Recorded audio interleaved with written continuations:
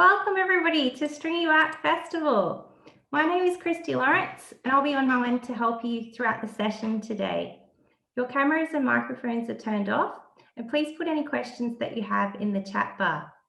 A recording from today's session will be available after the festival. Our presenter today for your path to sustainability is Kirsty Bishop-Fox.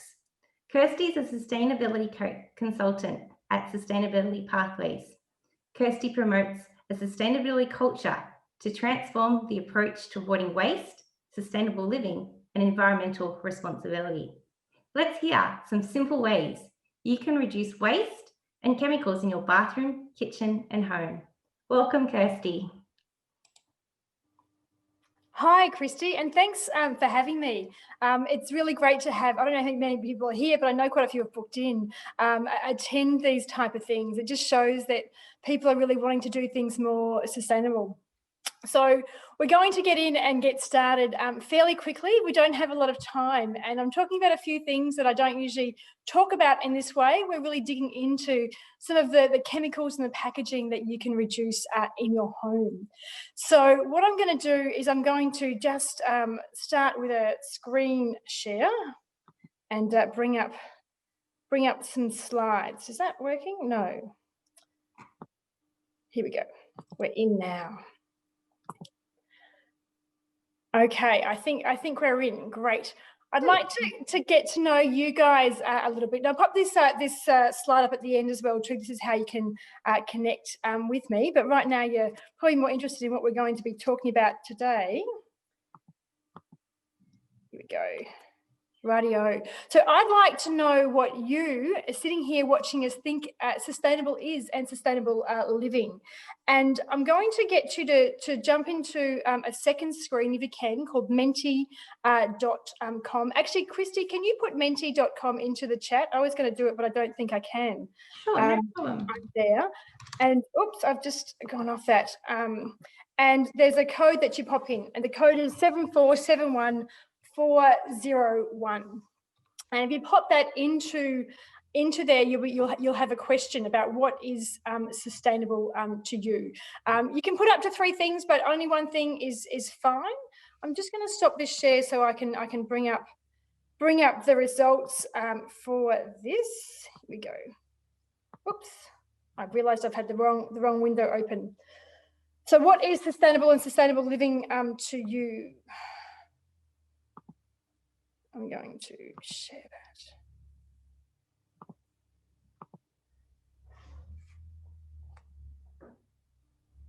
So is that working? Are we having success with that? I can't see anything coming through just yet. Can we please just double check the code, please, Kirsty? 7471401. So that's right. Apologies. So it was 7471401. Excellent.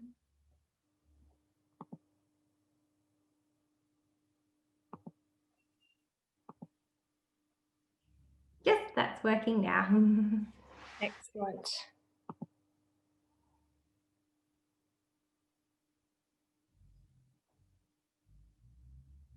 Yes, I can see things coming through now. I'm just going to pop this screen on so you can see it too, because it's always interesting, I think, to see what people pop in. Environment. Now, if you haven't used these before, the largest ones are the ones that everyone's putting in, so it's no surprise environment is going in a lot. I can see reuse, home growing, saving, kindness. I like that for the future. Future's popping up a few times. Reducing waste, reducing carbon emissions, which is a good one. And there's no right answer here. This is an individual thing, and you can put whatever you like because we don't know who's writing it. Of course, you can put them in the chat as well. But I think this is just a guide there to see what people do think sustainable living is, because it's quite a personal thing and it's different to different people. I'm just going to pop the other screen share on. We're not going to be doing lots of screen share swapping.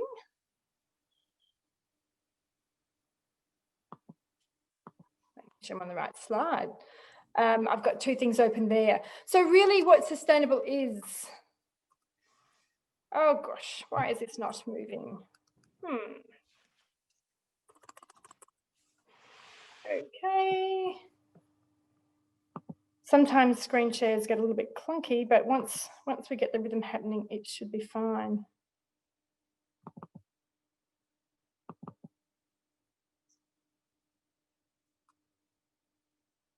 I think that's working and we're in business. Great, here we go. We're in action there. So the main things is that the environment, I think health aspects are important part of being sustainable, although health aspects do tie into environmental applications as well. Socially responsible, to me, it's really important. And this is a personal thing, but I think if I'm going to be doing something sustainably and it might look good for the environment, it might be made from a recycled material, but if somebody's not being paid the right wage to do that, or it doesn't balance out, then to me that's not socially or ethically responsible. So it's got to tie into a whole part of the package there. And to be sustainable in the long term, it helps to be economically viable as well too. Obviously some things can be more expensive, but some sustainable things actually do save you money when you go the right way about it, but it's got to be feasible all the way around. So what is sustainable living and what does that actually mean? So sustainable living it's really about the choices and the things that you take into consideration and what you do in your everyday life. And this takes into account the environment. Of course, everything's going to be about the environment. It all ties in. Energy use. Now, to me, energy use is also transport. So while you may not be using the energy yourself, if it's traveled a long way to get to you, then that adds to environmental miles, which is an aspect that we'll touch on a bit shortly and something that I take into account with what I buy. But then there's also the water use and waste is a really big aspect that we'll consider as well. But really, to be sustainable, for an individual to do it, or even for a business or a council to make change, it's got to work for you. And I just say that because sometimes the perfect solution, I don't like talking about perfect solutions because what works for one person might not always work for the next person in the same way. So I'm going to be giving you like a number of ideas and suggestions, and I can't see your faces, but in the workshops that I run in person, and I'm looking forward to the day we get back to that, there's often somebody who's there and they're writing down notes madly, and I know that this is the day that they're going to change their life and it's going to be hugely, hugely different. But I'm going to be really upfront with you. What I'm going through today, most of these things I've done over or made these changes over a period of time. So if you look at them and think, oh my gosh, I can't do all of these, well, you don't have to. You just choose the 1 or 2 or 3 things that you think are going to make a difference for you, and just make those change gradually and a practical way, because if you make too many changes at once, sometimes they're not lasting change, and I'd rather you make one change that's going to stick and be part of what you do. It's got to tie into your personal situation. So talking about personal situation today, this could get a little personal because I'm talking about sustainability in the home. And often I talk about food waste and reducing plastics and those types of things. But this time we're looking at some of the chemicals. And when I think about the chemicals and the highest use of chemicals, for some people it's obvious, but for some it's surprising. But if I was going to pick one room in the house where there's the most chemicals and hidden waste, it's actually the bathroom. So when you look into a bathroom, it's quite surprising what you find sometimes. And I say that because with my journey, I started looking at my kitchen waste and waste in other areas, and then I moved into the bathroom. But some people jump in and they look at the bathroom first and then the rest of the house. Wherever you fit, it doesn't matter. The result's the same. Now, this is just a screen grab that I got. It's not my bathroom, but it's typical of many bathrooms in the sense that when you jump into your shower, you might have a body wash, a conditioner, a shampoo, a face scrub, or all sorts of things like that. So when you start thinking about all this packaging and all the chemicals and things in there are some really simple things that we can do to actually eliminate every packet that we can see there. And when you go down the supermarket aisles, I'm blown away. There's shelf after shelf after shelf of all this packaged stuff.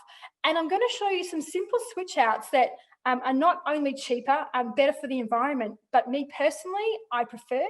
And if somebody told me I had to go back to using those things, I actually wouldn't want to, because I find what I'm doing is much, much better than anything that I used to buy. And I hope that you find that too. So I'm going to show you, this is, I don't know if you can see me as I do this here, but this is actually an empty container now, and it's the last one that I emptied out onto my hair. So I'm not going to pretend that I never used this stuff. I did. But as I was putting this together, I actually looked at the ingredients that are in here. And this doesn't have a lot of ingredients compared to some of the packaging that you've got. When we've finished, look at the packaging you've got and see what's there. But what are all of these? Some of these are pretty scary, but some of them not so bad. Aqua is just a different name for water. Now, something I'll tell you about these ingredients, when you read the ingredients, they're listed the same as food. The first ingredient is the most ingredient. So the most thing in this would be over 50%, probably even 80%, I'd say, would be water, which is quite interesting when you think about what you're actually buying. Now, the next ingredient, I'm not quite sure how to say, I think it's polyquaternium 11. That's the active ingredient. That's what that takes up the detangling and stops it frizzing. That's what is actually doing the job. Then they add things to be an aerosol. It's also what makes it flammable. If you see the flammable warning on the pack. Alcohol makes it decrease the drying. Then they put in an emulsifier and a preservative. So that's basically what I'm putting in my hair. So what can I use instead of that? Well, I'm going to show you one of the favorite switch outs that I've made right now, and it's made really with one ingredient plus water. It's a flaxseed gel, and it's flaxseed gel. It's what I have in my hair. It helps my hair, might help me hold the curl. Now, I'm not going to tell you, it's not going to give you a curl. If you don't have a wave in your hair, it's not going to make your hair go curly, but it will help your hair have a beautiful glossy shine if it's straight. And really, all it's made is with a quarter of a cup of flaxseed, 2 cups of water. Pop it on your stove just to a gentle simmer for about 5 or 10 minutes. I don't time it, I just have a look there. And then you just pop it through and sieve it out, and you're done. Now you can put in rosemary. I like to put rosemary in because I have a lot of rosemary from my friend's garden. I get all this rosemary and it adds a beautiful smell, or you could add other oils as well too. And then you just use it how you use a styling product. You pop it in, and I scrunch my hair, just scrunch, scrunch, scrunch, and it's done. And what I really like about this is not that it's cheap, is not that it doesn't have packaging, is that it actually works. And with these chemical type products, I could basically use them once and then I'd have to wash my hair again.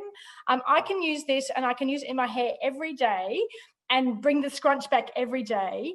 And so to me, that makes sense because then I don't have to wash my hair all the time. I don't know who's watching in this and the ages of the people here, but I know that as a mum, sometimes I'm fed up having breakfast, let alone having a shower. So to make my life easier, it's just one thing. So I love this stuff, and I hope that you give it a try too. I'm glad I put this in here as a reminder. That's the joy of PowerPoint slides. Make sure you store it in the fridge. That's the only downside to it. I don't see it as a big downside, just make it habit. It doesn't last on the shelf the way the other things do because we haven't added a preservative. Now you can add preservative things if you want, but I don't. I just keep it in the fridge, or I might pop some in the freezer if I don't use it all the time, and just get it out and use it and pop it back as well. So I just want to reinforce my motivators behind doing this. Part of it's the packaging, and to cut it down, it's the packaging's difficult to recycle, the environmental miles, which I'm going to hit on a bit more, and the chemicals. Now the chemicals, just very, very briefly, and if you're concerned about chemicals, I want you to do your own research, or you can ask some questions at the end.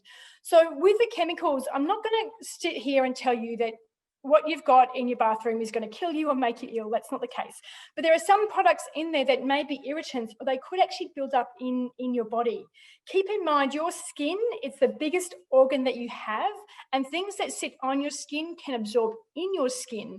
And something like sodium lauryl sulfate is something that can be a skin irritant to some, and some people, they react to this and can't use these types of products.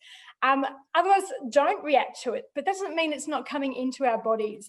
Same with parabens, which are in a lot of your beauty products and also pharmaceuticals, and triclosan, which is an antibacterial and can affect your thyroid. So I guess the biggest thing to do is think that, okay, it's going through your skin, but even if that doesn't bother you, it's going down the drain. And how does this affect the environment?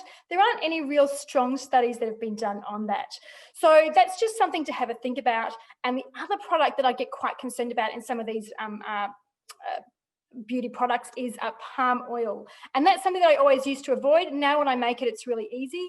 Palm oil, I'm not aware of any health effects that it has on you, but it certainly does add to deforestation. So as an environmentalist or someone who is concerned about the environment, that's not really something that I want to be contributing to. But coming back to the packaging and the transportation, I just want to run this past you, because even if you forget most of what we spoke about today and you're buying products, because not everyone's into DIY, and that's okay. To me, I started to think about it. If I've got something like this, or this is an old shampoo container, it's empty now that we don't use anymore. This is mainly water. So when I look at what's being transported, and most of this actually comes from Malaysia, have come from overseas. If I can have something in a solid form, like in a soap form, in a bar, that's concentrated. So that means, like, when it's transported, there's less impact because it's more can be come in the one container. Or better still, I find a lot of soaps I can actually get locally. Many people make them, you can make them. I'm all for DIY, but I've not done a DIY soap just because I can get soap quite readily, and I can buy soap without any packaging at all. So that ticks my waste-free box, and that was the main reason why I switched to soaps. That's something to think about. But other things that I've done with shampooing in my hair. Now, you can get soap shampoo bars if you like, and I've tried them. I didn't really find any that I loved. I found they were okay. And as I go through this, I'm just going to point out that when you buy shampoo, just, from the supermarket, just remember, or a hairdresser too, they've got one for dry hair, they've got one for oily hair, curly hair, straight hair, black hair, blue hair, green hair, all these different types. So the shampoo that you buy like that isn't a one size fits all. So when I go through these examples here, you might have to try a few different things to see what works for you. And just keep trying until it works. So with a shampoo, this is the first switch out I made, because there are two types of shampoo. There's a dry shampoo or wet shampoo. And I didn't know about the dry shampoo until I had kids, and I wish I knew about it when I was a teen. And dry shampoo you can buy, but all I use is, for my own self, is some corn flour. Now, I've read on the internet people add things like bicarb and cocoa if you've got the dark colour hair, which I do, but I just use corn flour straight. Use a tiny, tiny, tiny amount. If you don't, you'll look like your gran, and I mean that in the nicest loving way. And my hair went very grey one day, guess how I know? And for me, what that did as I was starting out, it meant that instead of having to wash my hair every second or third day because of the oils, I could stretch it out and make it last a couple of days just by adding the tiniest amount of corn flour. So as a mum, or even a busy person, even if you're not a mum, it's a really great thing that you can do. I love getting things from my kitchen and just using them on my hair. So what else can you do? Because that's not enough. You're going to have to jump in the shower at some point. Now, sometimes you can try nothing. Now, some people use nothing in their hair, but they just get in and really, really use their fingers. I hope you can see my images there, to get in and do that. Now, I'm not a hairdresser, and I'm not going to, go into all of that there. Some people, they swear by nothing, but nothing didn't work for me. I found my hair did need to have something. So I've tried things like the bicarb soda or your baking soda. You use that, in your cooking to make your muffins rise, or your cakes, whatever you make. Use it for cleaning as well too. So that's really quite effective. Some people do react to that their skin's a bit sensitive and it's not the way to go. Other things you can try are a chickpea flour, also known as besom and gram flour. There's probably 20 different names for this one flour. Or rye flour. I find them all effective, and sometimes I use a combination of them. And there are two ways that I know of that I've tried. One is to make it into a paste, just with a small amount of water. Just a paste. I like it quite thick. That's my preference. But if you like it runnier, then you can just put more water in to thin it out. What I do tend to do these days, though, is I've found I'm a bit mixed about that. I tend to do it with the chickpea, but when I use the bicarb, I actually put it in dry before I hop in the shower, and then I pop in and I just rinse it through. And quite often that's all I need. I found that when I wasn't stripping my hair of all the goodness, I didn't need to condition it the same way as I used to. But there are a few different things you can do for conditioners. And that flaxseed gel that we spoke about as well too, that acts like a conditioner too, because flax has got omega-3 and all sorts of good stuff. So you can use that as a leave-in conditioner. But first of all, think, do you need it? And do you know what? I've been doing this stuff since well before this pandemic, but we're in lockdown right now. So if you're a little bit unsure, now's a really good time to try it, because it's not like we're leaving out the house the way we used to. I know a lot of people have actually been trying these things thinking now's the time to do it. But even if you try these after lockdown, I think it's still worth doing it too. But one of my favorite things I do is I use tea. Now, I'm a big tea drinker, and ironically, I started doing this not even for my hair, but sometimes I would make a cup of tea and lunchtime it would be cold, and then I would reheat it, and it may not even be drunk before the day's over, which is a terrible admission to make, but it's true. But that tea, as a cold rinse, I can just rinse that through my hair, and I'll make teas with things like rosemary or mint or something like that. So it just adds a nice scent. If you don't drink tea the way I do, you can buy it and make it and use it as a rinse. Or other things that I try, and I mix it up. You know, you might pick one thing and you might like it, but I just tend to use often whatever the closest thing is for me to grab. And I'll often use something like a vinegar, a white vinegar or an apple vinegar works. You can make an apple vinegar from scratch, so you can buy an apple cider vinegar, or whatever you like. And I'll often pop into that some lemon, or even just use lemon on its own. I have a lemon tree that's full of lemons, so it's a great thing to do. And I'm going to include one more thing that's a little bit out there. But if you make cheese, or if you have whey, then that's an interesting thing to do. I'm not really a cheese maker, but I've started dabbling in making ricotta. And that's a really easy thing to make. Just look it up. It's just a bit of milk and some vinegar, and it's super, super easy. So I don't use it a lot. But to me, when I made that, it was just the leftover product, and that just makes my hair really like soft and adds a little shine to it. The other thing you can do, if you do this, I don't, but some people do, is, you know how you buy yogurt and it separates and you see the liquidy stuff? That's the whey coming off the yogurt. I would tend to eat that, but some people throw it out. If you're going to throw it out, then try it in your hair. It's surprisingly good. So there's a few ideas there for your hair. So since we're in the bathroom, why not keep going with makeup? Now, I'm not a big makeup wearer, but some people do wear makeup, and I do wear makeup a little bit with these bright lights. I'm wearing a little bit on my face today. But with the makeup, there's a lot of packaging that goes behind it.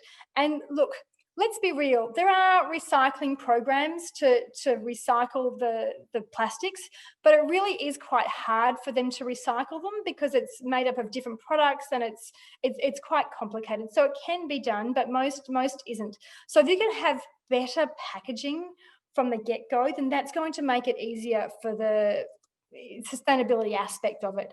So you can buy lipsticks. This is a brand of lipsticks. I think it's Big Blue Cosmetica or something like that. And it actually comes in a cardboard container. So when you're done, you can actually compost that, and it gives back to the earth. You can also get makeup from, it's an unusual name brand. It's Dirty Hippie is the foundation that I'm wearing. And it comes in a metal tin. So these metal tins can be reused and refilled. Some people get in and make their own makeup, and if that's your type of thing, then Google it. There are lots of things you can try. I've never really gotten into that. I'm a really big believer of do what's sustainable for you. And if I had to make everything, I'd like to, but I don't have that time. But there are things to think about. The other thing to look at with makeup, even if you're still using what you've got, and I'm a really big believer of not throwing everything out unless, if it can be used. So the bathroom's often a gradual change, but the makeup remover is something that you can actually change really simply, really cheaply, and really easily today. For makeup remover, I just use oil. It's oil from my kitchen. You can use an olive oil. You can use an almond oil. I've even been known to use a rice bran oil, and it just glides the makeup off. I'm not quite sure how it works. I think it's the oils absorbing the oils. And then I don't have to put any more chemicals on my face and then more chemicals and moisturizers to make up for it, because the oil is also a great moisturizer. And I will add, the surprising thing is I actually have quite oily skin. So I was a bit hesitant to use the oil in this way, thinking it would make it worse. But, I was pretty determined to get rid of my packaging. And I'm actually quite surprised that the oil, it doesn't make my skin more oily. And what I've learned is that when you wash oils off your skin, even if they're natural oils, your skin feels great at first, but then your body goes into overdrive to replace those oils. And that's why removing oil with oil works, because it's not stripping your skin and it just keeps it natural. If you don't trust me, try it. It works. It works for me anyway. And again, it's not this one size fits all. It's saved me heaps of waste. And the other thing that I want you to think about with your makeup is reusable wipes. Because again, that's something that's disposed of. You use it once and you toss it. Now, these are just something that I've got. You can make them. I'm not a sewer, but somebody sewed these for me, and just you can make them out of anything. Like you can buy the flannel in. Or I know some people, they've been quite creative and they've actually got clothes that they were going to throw out because they had holes in, but they actually salvaged the parts they could use and turned them into reusable makeup remover pads. So it's really limited by your imagination what you can do with them, but you can actually turn your bathroom into like a really low waste aspect. Now, if we haven't got personal enough, we're going to get very, very personal right now. Fellas, if you're watching, I'm glad that you're here, but I'm going to talk about some serious ladies' business for a moment. But I hope that you can respect that, because you know what, guys, this isn't about you, but I'm sure you've got a partner or a daughter or somebody. We're going to talk about menstrual products. And I'm putting this in today. I usually touch on it, but don't dig into it. But I think it's something that we really do need to think about, because this type of thing, it can't be recycled. They end up in landfill and they're full of plastic. Most people are surprised about the amount of plastic that are in these products. And I'm also going to be very upfront with you. This was one of the last things that I changed in my bathroom. And I feel weird admitting it now, but it's true. I felt very awkward about making this change. I just thought, you know what, there's so much I can do. This is not for me. But I tend to surround myself with people who talk sustainability. And there was one day, there was someone who was just not, she wasn't even a speaker or presenter. She just said it was the very first thing that she did, and she'd been doing it since she was young. And I thought about it and I thought, you know what, let's give it a go. So something I'm going to talk about are menstrual cups. They're called Moon cups or Diva cups. There's different brands. They come in different shapes and sizes. Again, we're not a one size fits all. And I really like to point that out, because there are some brands that out there and they do have a one size fits all. And I'm a bit nervous about how effective they could actually be. This is the brand I use. I got it right first time. Some people have had to try 2 or 3 brands just because they didn't look into it. I was very lucky, and if you're watching from Knox, I think probably most of you are, is that there's a store in Knox called Here and There Makers. Now, I'm not connected with that store in any other way apart from being a customer there, but it was great. I went through, they talked me through it, and I've got the right one, and I've not looked back since.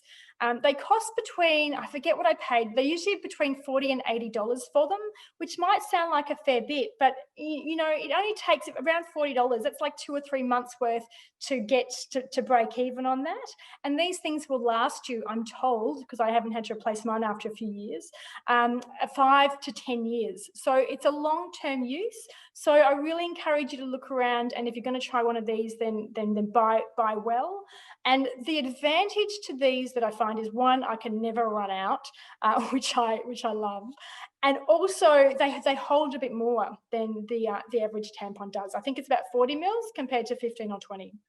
Now, to be really upfront with you, if you don't like tampons, if you've never liked them, this is probably not going to be your thing. And I get that. You're probably more likely, if you wanted a reusable option, to switch into a reusable a pad.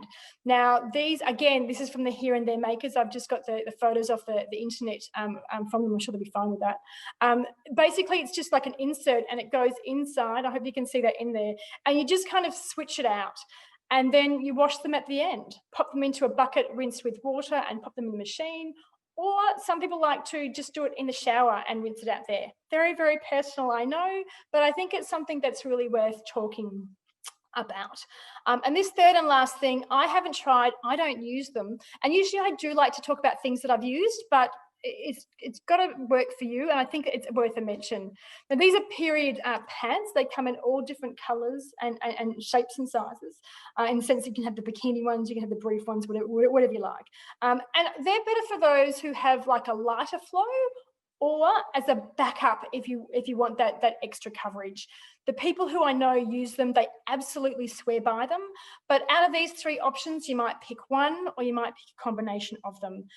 One piece of advice, it's a personal thing. I would go for darker colours, but if you like the colours, it's up to you. You think about that. All right, guys who are listening in, we're moving on. Thanks for bearing with us. But hopefully if you have listened in, then you've got someone who you can pass this on to, because although I felt awkward about using this, I wish I knew about this and started as a teenager, because I just find it so much better. Guys, this one's for you. You about to say something? No, we're good. Great bathroom tips, Kirsty. Can't wait to see when we get to all the parts of the rooms too. Yeah, that's right. So I'm looking at the time here now with shaving. Now I'm not going to tell any guy how to shave their face. I'm really not. But women shave too. And with shaving is a bit like the mousse, in the sense that it's basically a can full of water, a huge environmental footprint to have those come to you. So simple things for shaving that we can do instead is just use soap. Simply soap. You can get shaving soap bars if you like, or you can use your normal bathroom soap that you use. You can try oil, like an olive oil, almond oil, coconut oil, whatever, even aloe vera. If you grow aloe vera, that's a bonus. You can use that from your garden. And the other thing that creates a lot of waste that we can easily change is with safety razors. So instead of buying those plastic things, just buy something and switch the blade over, and you'll be saving that waste going into the environment again and again and again. So men and women, got you back here right now. What else are we talking about? Sunscreen, of course. Now, I'm jumping out of the bathroom now, and I couldn't do a talk about sustainability and things in the household without talking about sunscreen. Sunscreen is one of the things that is really important that we wear. I'm not going to tell you not to wear sunscreen, because we don't want to burn. But there are some products that actually cause a huge amount of problem to the reef and the oceans. It's the oxybenzene and I'll probably say it wrong, but it's been banned in Hawaii from 2021, and it's been of concern for a long time. So look for a sunscreen that's a zinc-based, titanium oxide, or zinc oxide. This is a brand that I know and use, and it's just comes in a tin, so much better packaging. Whatever you do, don't leave it in a hot car and then use it. It becomes very, very liquid. You still can. It's just better not to leave it in your glove box all day. But sunscreen has a lot of chemicals in it, and you can look into your health aspects. But the main thing is, I really don't want to be going to the beach, because when we're allowed to travel more than 5 kilometres, we'll be going to the beach again. And think about sunscreen. So now we're going to jump into cleaning. Cleaning, I'm going to be really upfront. I hate cleaning. Cleaning is something that I have to do. We all have to do. And the thing with cleaning, it really used to bug me, the smells that we had coming through. Like I would use like a bleach, and because I thought that's what I was supposed to do. But I found that the bleach, I would have to open every window in the house. And if you use these bleaches, please open every window in the house, because they're horrible to breathe in. I know cleaners who've cleaned for a long time and are now paying the price because of the chemicals that they used. But something that bicarb I mentioned before, bicarb I use a lot. It's just a really simple substance there. You can use bicarb in a paste on my bench. I've got white benches. It's the way I bought the house. I love them, but I hate them. And it will just get like any marks off, because you can't hide a thing. And I'll use vinegar. I'll use vinegar on my windows. Diluted system, about 50-50. Just be careful with bicarb and vinegar. I do use bicarb and vinegar together. So what I might do is I might sprinkle bicarb through the toilet, and then a spray of vinegar on, and it creates a reaction. I clean it on the spot, and it works really effectively. But I wouldn't make up a formula of bicarb and vinegar together. If you do, it'll neutralize, and it won't work. So I use one or the other. Don't put them in something together. Other things I like to use are lemon. I clean my microwave by just cutting the lemon in half, putting it in for a minute, minute and a half, and then it just makes it easy to clean, and I wipe off. It smells nice too. You can use it with vinegar, but I much prefer the smell of lemon, personal choice. And you can add things to it like a eucalyptus or tea tree as a cleaning solution as well too. And clove oil is quite good. Clove oil I'll use like if you get any mold, it's a mold preventer. You only need a couple of drops, tiny, tiny, tiny. And don't be afraid to use hot water. I've got wooden floorboards, and I just have the water very, very, very hot with a little bit of just my washing detergent in there. I tend not to use vinegar on the floorboards because I'm scared. I've heard things about them warping. But there's a lot of things that you can do to clean naturally in your home. So try those things out and do away with all the packaging, because you don't need 5 different things to clean your kitchen. The other thing that I do, see, I put pictures in as reminders, is with the vinegar, it's great. You can use like your citrus scraps. So you can use like your orange rinds or lemon or lime or whatever, and that'll make it smell really fragrant, which is a nice smell to have through the house, because the vinegar can be a bit of a harsh smell. So I'm going to finish now. Well, I'm not going to finish. I'm going to finish talking, and I'm going to hand it to Christy to ask some questions.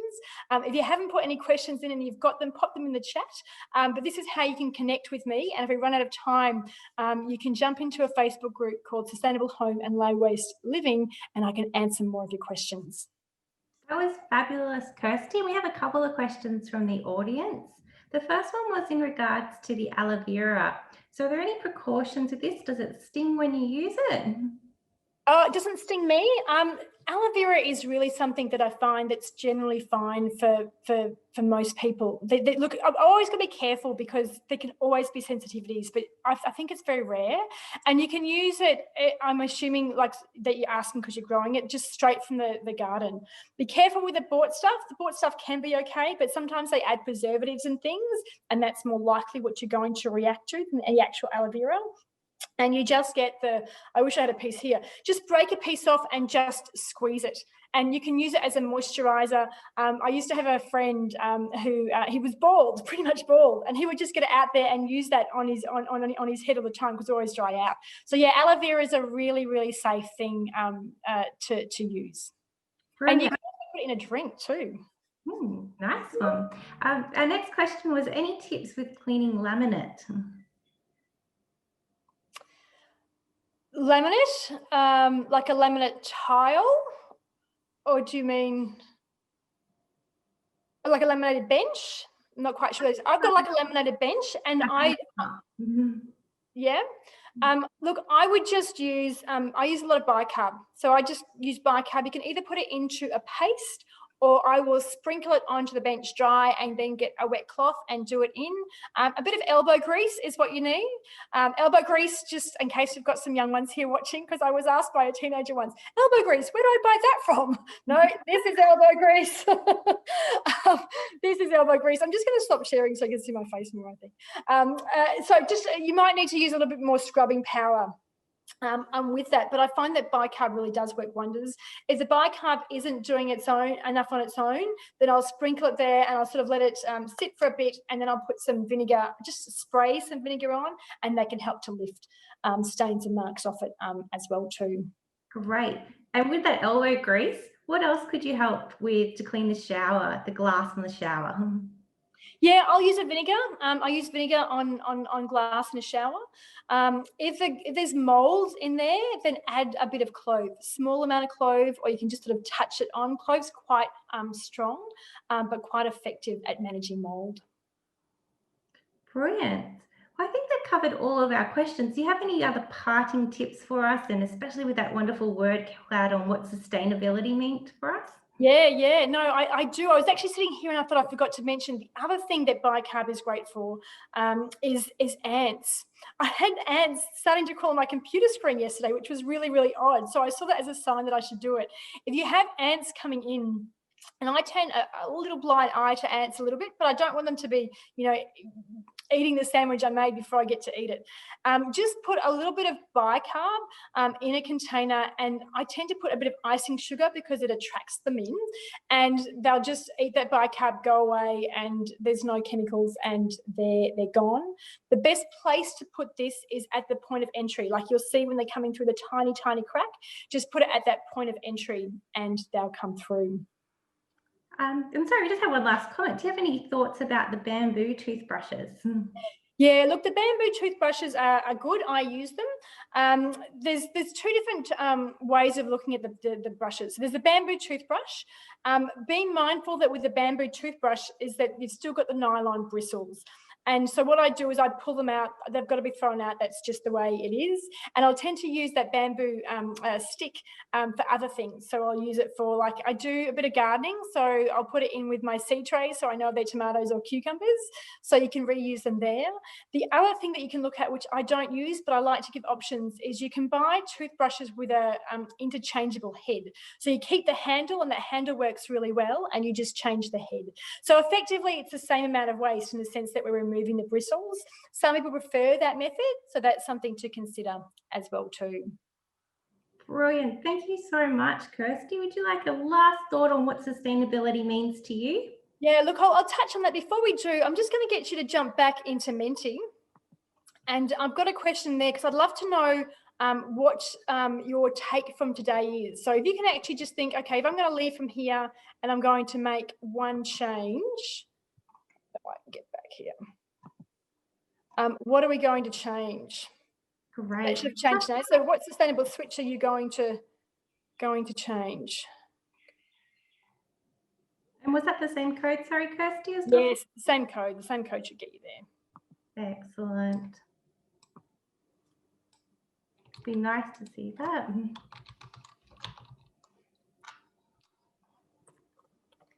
I think the biggest thing to take from here is really, you've just got to look at what works for you. There's quite a list here, and once you get started, it's fairly easy to make these changes.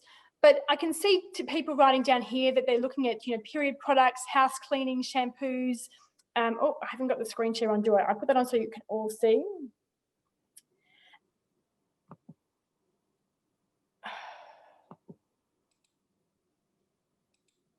Here we go. Excellent to see what everyone's thoughts are from today. Yeah, I think so too. I think it's just doing what works for you. And I know I've reiterated a few times, I can be a bit of a broken record with it, but it's really important because some people try these things out and they go, they don't work for me. Oh my gosh, I'm going to go back to the other stuff. I think it's just really important to note that the other stuff, how many of you have tried a shampoo or conditioner and gone, oh, gee, I didn't like the smell of that one, so I'm not going to use that one. You've probably got half of it left in your cupboard, which is a shame, but it happens. So the same thing can happen with these switches as well too. And I got a lot of things fairly quickly and they work for me, or they work with a little bit of tweaking. But some people, they just hate using bicarb in their hair. So if you hate using bicarb in your hair, then try the chickpea flour or rye flour or something else and see what works. But even just having a shower and just rinsing it out is enough for some. So yeah. Well, thank you so much, Kirsty. If you could just put your details back on the screen for everyone in case they've got any further questions from today, that would be really handy. And those tips were lovely. Lots of household products that we can really lead a more sustainable life. So thank you everybody for joining us today. Stringybark Virtual Festival is on live on Facebook until 9 p.m. tonight. The next workshop coming up is in 10 minutes time, and that's Thinking Green when building, renovating and decorating. Hopefully you can attend that session too. Otherwise, there's plenty of fun activities throughout the day. There'll also be a recording from today in case you'd like to follow up on those wonderful tips from Kirsty, and that will be available after the festival next week. So thanks again for attending this workshop by Knox Arts and Events. And if you could please just stay online for 1 minute, there'll be a pop-up on your screen for a survey. Have a lovely day. I'll just get you to stop the share screen. Thank you, everybody. Bye for now.